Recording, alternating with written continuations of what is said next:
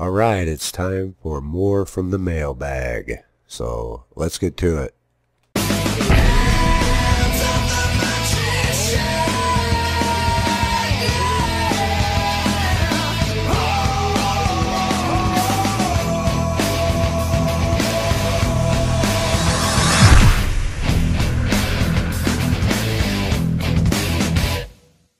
Are there any simple methods to making some of your own oils? From my understanding, the more work you put into something yourself, the more you get out of it. That's true. What goes around comes around, as above, so below. So if I were to make my own oil, it would in theory benefit me more than if I were to buy them. Could you perhaps share a few links or books that can push me in that direction? Alright, for starters, what may be simple for one person may not be as simple for another. That is the basis of having skill sets. To make it as simple for you as I can, I would recommend the complete book of Incense, Oils, and Brews by the late Scott Cunningham. That said, it may not be as cheap as you think it is to make your own oils and incenses, especially if you want a wide variety of them. And while it's true that the more you put into something, the more you're going to get out of it, you also don't want to discount the skill set and experience of the person who's making it. Now, I like to make a lot of my own incenses, but I also sample things from other people and other places and sources to try them out and see what else is out there. Like from our good friend Uncle Birch at the Sacred Grove, or even most recently, Natural Magic Shop, where I had purchased some of their planetary incenses, which you can see is pretty well put together with a very nice presentation. But more importantly, as it says on the reverse side, Natural Magic Shop planetary incenses are prepared with hermetic precision. Each incense is composed on the day ruled by the planet and in the exact hour of that day ruled by the planet. All of the incenses are prepared during the waxing moon, except Saturn, which has been made on the waning moon at night. All resins, woods, and essential oils used are of traditional correspondence to the planet involved and are used in the number of the planet. Therefore, Saturn has 3 ingredients, Jupiter 4, Mars 5, and Moon 9, etc. We hope this diligence enhances your planetary magic. And as a ceremonial magician who practices a lot of planetary magic, I was really drawn to this. And to me, that's par excellence of someone taking those considerations into making their product. And they do make their planetary oils the same way. And I believe they do have the essential oils needed to base your own oils off of if you are looking into that. So it really depends upon the skill of the person involved in making those things for you. While it's true that you get out what you put in, if you're putting in a lot of inexperience and unskilled work, what are you going to get out of that? Your work may not be as good immediately. You are going to have to work to get good by building up those skills and experience. Now, I'm not trying to discourage you, but I want you to consider the time, effort, and money involved to acquire that specific skill set. So my recommendation is to read Scott Cunningham's book and then decide if you would want to do that. You don't want to do some experimental incense and then go to do a rite and then choke yourself out during the rite. That has happened. So even though I make up a lot of my own incenses, I still get things from other sources as well. And no, Natural Magic Shop did not pay me to put their product in this video. I bought them, tried them, liked them, and am now recommending them. And I only recommend products that I actually have tried and like. And thanks for the question. I believe I had answered a question on oils and incenses before, but if so, I have answered it again. Sincere thanks for your work. I have gained value from your free uploads and am interested in purchasing words of power for myself and a friend as a gift around Saturnalia or Xmas. Just so you people now know how swamped I am in emails and how far behind I get on them. It's almost impossible to keep up, but I am putting my effort towards it. I have searched for details about the content itself, but have not found it. Can you please share details? I'm confident I'm not the only one with these questions around what I would be buying in terms of format. MP4. Streaming video versus downloadable video versus DVD. Downloadable video. Length of content, 47 minutes, plus another 8 minutes and 55 seconds for the bonus video, so about an hour in total. Type of content, i.e. you talking with static images versus moving images, etc. Really anything that you are willing to share in order to make my purchase easier. Thanks again for sharing your free uploads with the public. Mostly static images with a lot of text. And I believe I did cover all of this in the Words of Power released video on my channel. Or you can go directly to the page and it will answer exactly what is included in the program. Topic by topic. And I appreciate the question. Thank you. I know this may sound stupid, but recently my girlfriend of 4 years broke up with me out of nowhere. She had started hanging out with this weird girl, and suddenly it was like she was hypnotized or spellbound and going out every single night and drinking, and in the process cheated on me. I had not done anything to cause her to start doing this. She seems hypnotized every time I try to talk to her about it, and like she has forgotten any morals she had. The difference is so drastic, it's like she turned against me upon waking up one day. She always used to get into these states where she would be completely negative about everything every week or so. When I tried to talk sense into her, she would reply with the most cunning, going against whatever it was you said replies, almost like she was possessed. Then after a while be happy and giddy, and this time she has told me she cheated on me and is even being rude, yet she claims she loves me still. It is completely not like her at all, and none of it makes sense. Today I went to the trash around this apartment and found a large duffel bag full of pennies, and within that bag was another bag that was black and tied shut and also full of pennies. But inside was also a brown square fold-out thing that folded into a box of sorts with an open top and had a weird flower-looking symbols on it.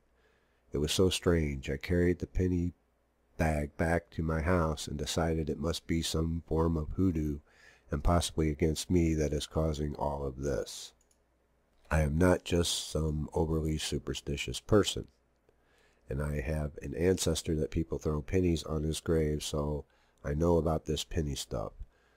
And it seems like some kind of voodoo. I don't really know much about it. What would you do with the pennies or in this situation? Do you know why there would be so many in a bag within a bag? It seems odd that someone would throw away about $20 in pennies in a duffel bag, no? I have felt like something is messing with her from day one. I've tried burning sage and it seemed like it worked a few times. She said it made her snap out of it and believed it at one point. It doesn't seem to work now, though it's getting worse. Alright, let's get the magic part out of the way first. Yes, pennies are used in spells, but I do not know of any spells that would take a bunch of pennies, tie them up in bags, and then throw them in the trash. More likely, if a spell was used, it would be in that person who cast its apartment or place of residence. Or if it was against you, it would be in your apartment. And if it was to influence your girlfriend, it would be in her place. Or it could be in the caster's home. Or they may have disposed of it by burying it, in your yard, her yard, but probably not their own yard. You say you found this in the trash, and yet you didn't say exactly whose apartment that was. Next, you say you think it could be some form of hoodoo. You say it could be a form of voodoo. You say you know about this penny stuff, but then you go on to say that you really don't know about this stuff. So let's say that you really don't know about this stuff. You say she broke up with you out of nowhere. I highly doubt it was out of nowhere, at least not from her perspective. Although the weird girl may have had something to do with it, going out, having fun. I mean, you say you didn't have anything to do with causing this, and yet you allowed her friend to be more fun than you. Going out, partying, you know, women are attracted to fun. And you say you tried to talk to her, try to talk sense into her. Yeah, you shouldn't do that. I mean, people aren't going to listen to you when you try to talk sense into them. They will naturally resist that. People are either attracted to you or they are not. You cannot talk them into it. And by doing so, you're exhibiting beta male behavior. And this is what it comes down to. You shouldn't be trying to talk to her at all.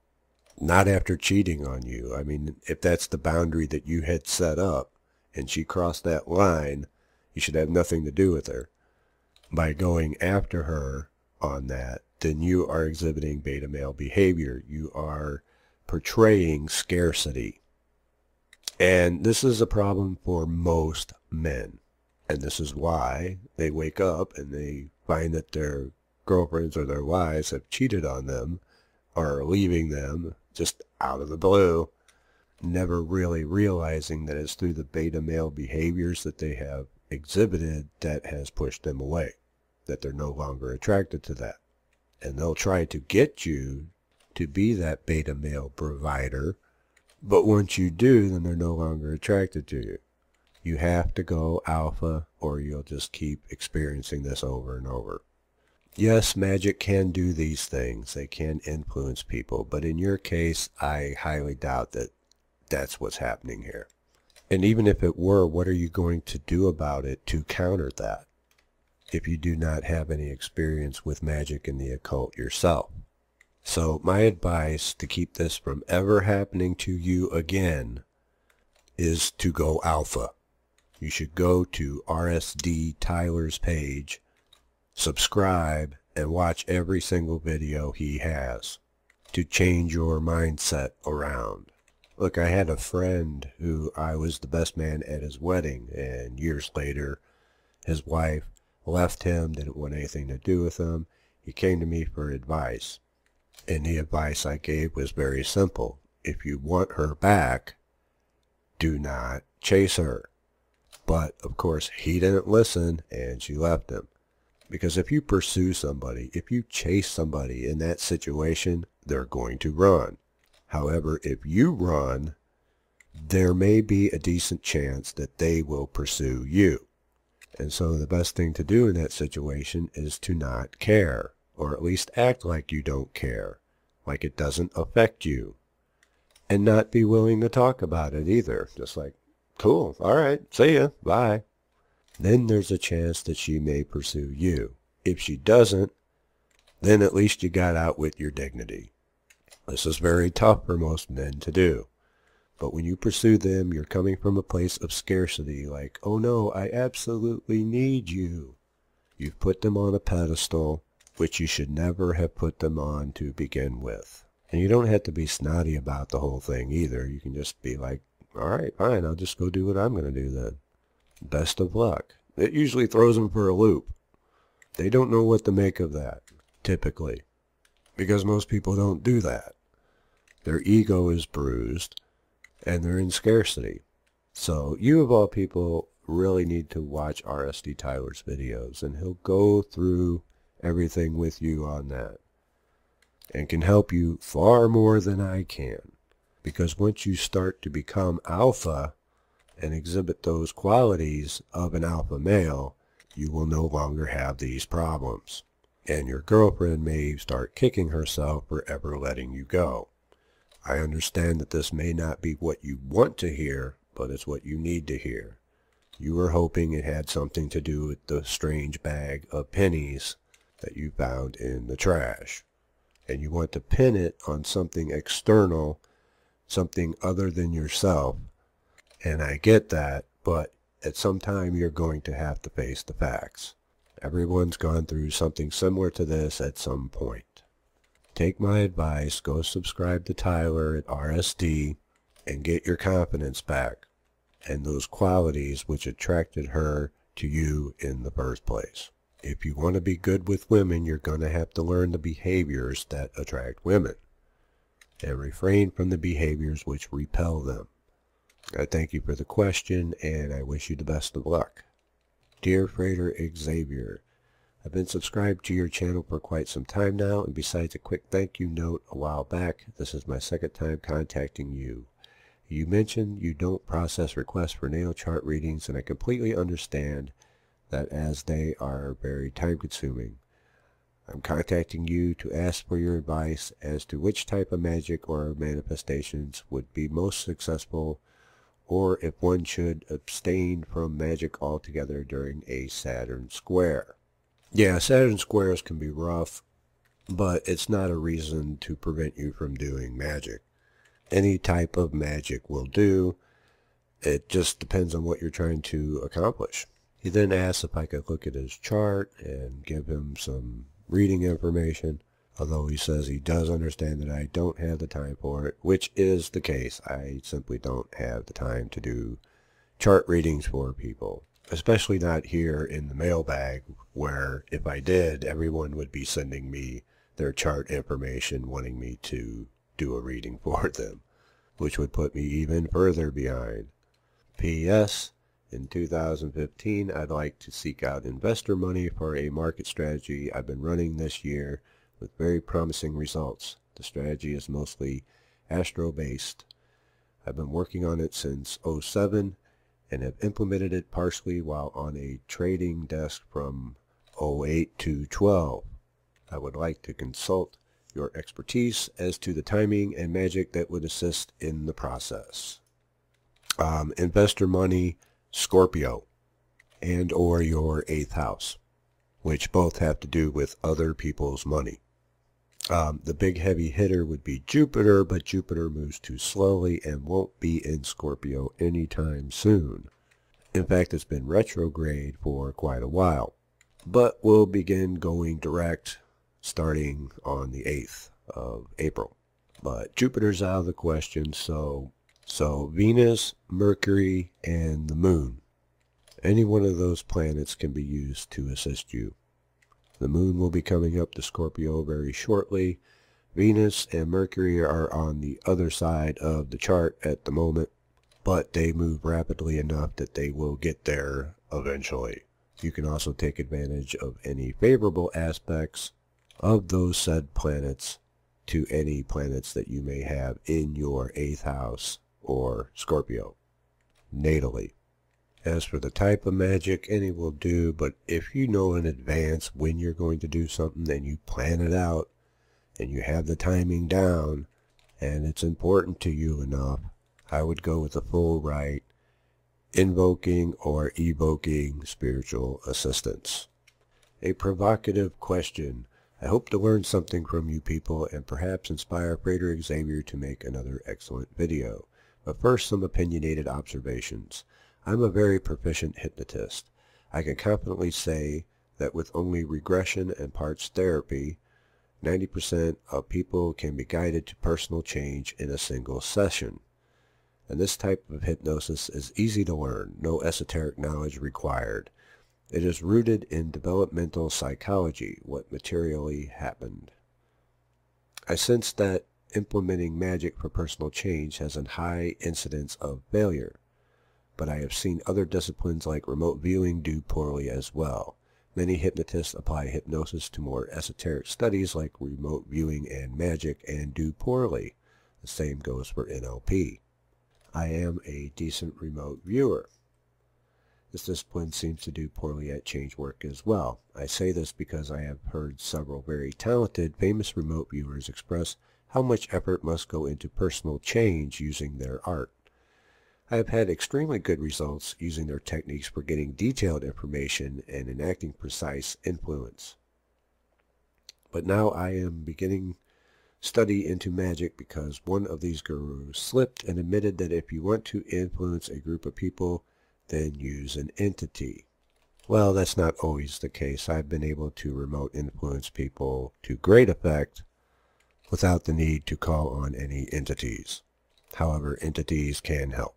This was a very rational person, which is probably why they need entity assistance. The conscious, rational side of the mind cannot influence people in that way. Not on its own.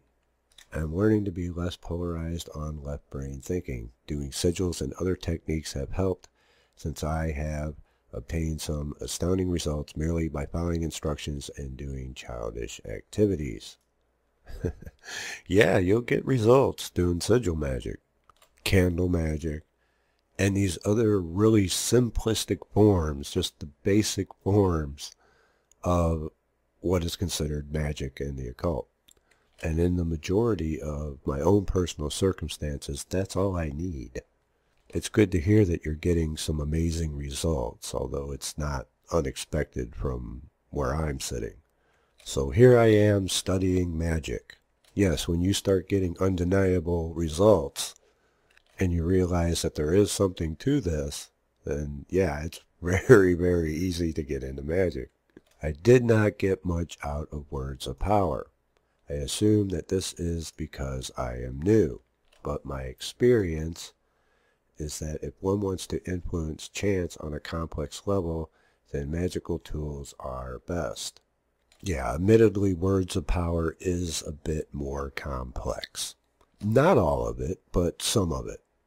There are some things in there, such as the self-imposed jinx, that is a big problem for most people, and changing that around in of itself can work wonders for many people. So not all of words of power is that complex, but there are some things in there that can be a bit beyond the level of a newbie. I do try to mix it up for people who are new, yet people who do have experience already. And sometimes it's hard to find that type of balance. However, you are having astounding results with sigil magic, and my course, Manifesting Reality, is meant for those who would like to have similar results, using magic at its simplest form, utilizing nothing more than a pen and a piece of paper. Hypnosis and remote viewing techniques do poorly at this. You will hear many hypnotists saying it's all hypnosis, but most of them will say that the effects of magical ritual is merely the same effect as what occurs during a hypnosis stage show. I have found this to be wrong. So my question, of these and other similar mental arts, are they the same phenomenon? No. If they were exactly the same, we would call them exactly the same. But they are not the same, although they are all interconnected. And they are all interconnected through the subconscious mind. Hypnosis and magic are not the same thing, however they go hand in hand. And if you use them together, you can achieve some very powerful results. I do still plan on getting into more hypnosis topics down the line, hopefully later on this year. And I think that will about do it for today. Not as many questions this time around. However, we got some of the larger ones answered. And I will see you again next time. Take care.